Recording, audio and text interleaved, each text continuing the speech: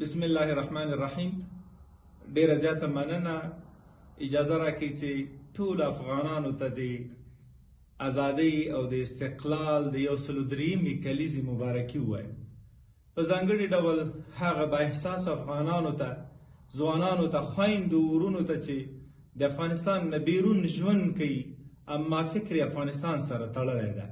په ځانګړي ډول مننه کوم د افغانانو د یووالي او کلتوري ټولنې څخه په پاریس کې چې نن یو برنامه نیولې ده او د استقلال ورځ لمانځي.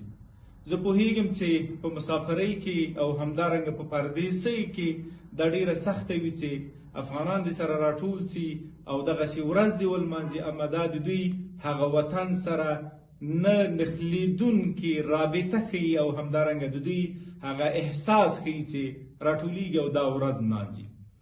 معززو دوستانو، د نن نه 103 کاله وړاندې غازي امان الله خان چې یو پیاوړی ځوان و، په یو داسې سیاسي کورنۍ کې ژوند کول او په ځانګړي ډول د ده هغه وطني مینه او وطني تربیه دې ته وهڅول چې استقلال او ازادۍ لپاره کار وکړي. بالاخره وتوانېدل د انګریزانو څخه یې ازادي واخیستله، اما د ازادۍ د اخیستلو نه وروسته ټول تمرکز په دې باندې و چې ازادي څنګه وساتي او په هغه فکټورونو باندې کار وکړي چې ازادۍ ساتلو کې مهم رول لوبوي. غازي امان الله خان په دې پوهېدل چې د ازادۍ ساتلو لپاره اولین کار چې باید ورباندې تمرکز وسي هغه د تعلیم برخه وه. نو ده د تعلیم لپاره ځوانان وهڅول، لیسې جوړې کړې او همدارنګه هر کور ته یې دا پیام ورسول چې استقلال او ازادي بغیر له تعلیم نه ناشونې ده او دوام نه کوي. په ځانګړي ډول د خویندو په تعلیم باندې تمرکز وکړ.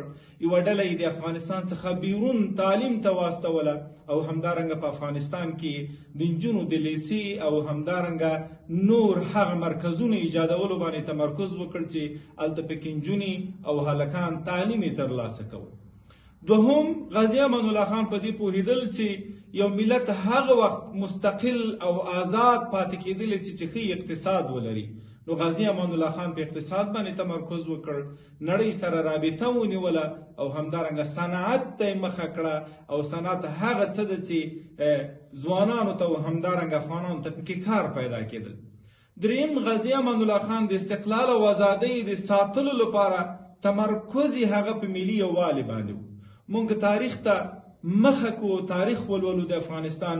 باوري یم چې دا به مونږ زده کړو چې غازي امان الله خان لپاره د تاجک بحث، د ازبک بحث، د هزاره بحث، د پښتون بحث دا مطرح نه و او همیش به پیام دا و چې هر هغه څوک چې په افغانستان کې په دې جغرافیه کې ژوند کوي هغه ته افغان ویل کېږي او باید افغان اوسو په شمول د زموږ د سیکان او هندوانو ورونو.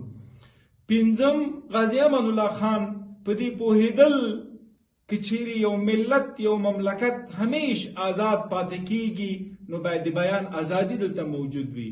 نو موږ د غازي امان الله خان په زرینه دوره کې د دې شاهد یو چې هلته بیان ازادۍ ته همدارنګه چاپي رسنۍ، د چاپي رسنیو تر څنګ یې رادیو د ده په وخت کې جوړه سوه.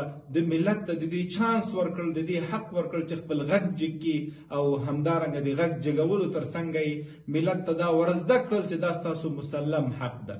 همدارنګه غازي امان الله خان د استقلال او د ازادۍ د دوام لپاره په یو بل پنځم فکټور باندې تمرکز وکړ، هغه د قوانینو جوړونې بحث ده.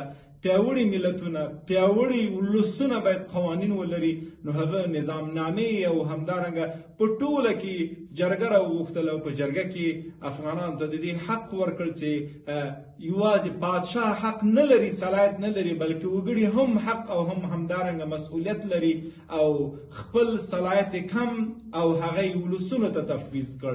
نو موږ هغه څه چې غازي امان الله خان نه زده کړي دي، باوري یم چې ځوان نسل هغه اساس چې د موږ ته ایښی ده که په دې باندې تمرکز وکړو، باوري یم چې موږ پیشرفت خواته ځو، موږ ترقۍ خواته ځو او موږ بهبود خواته تللی سو.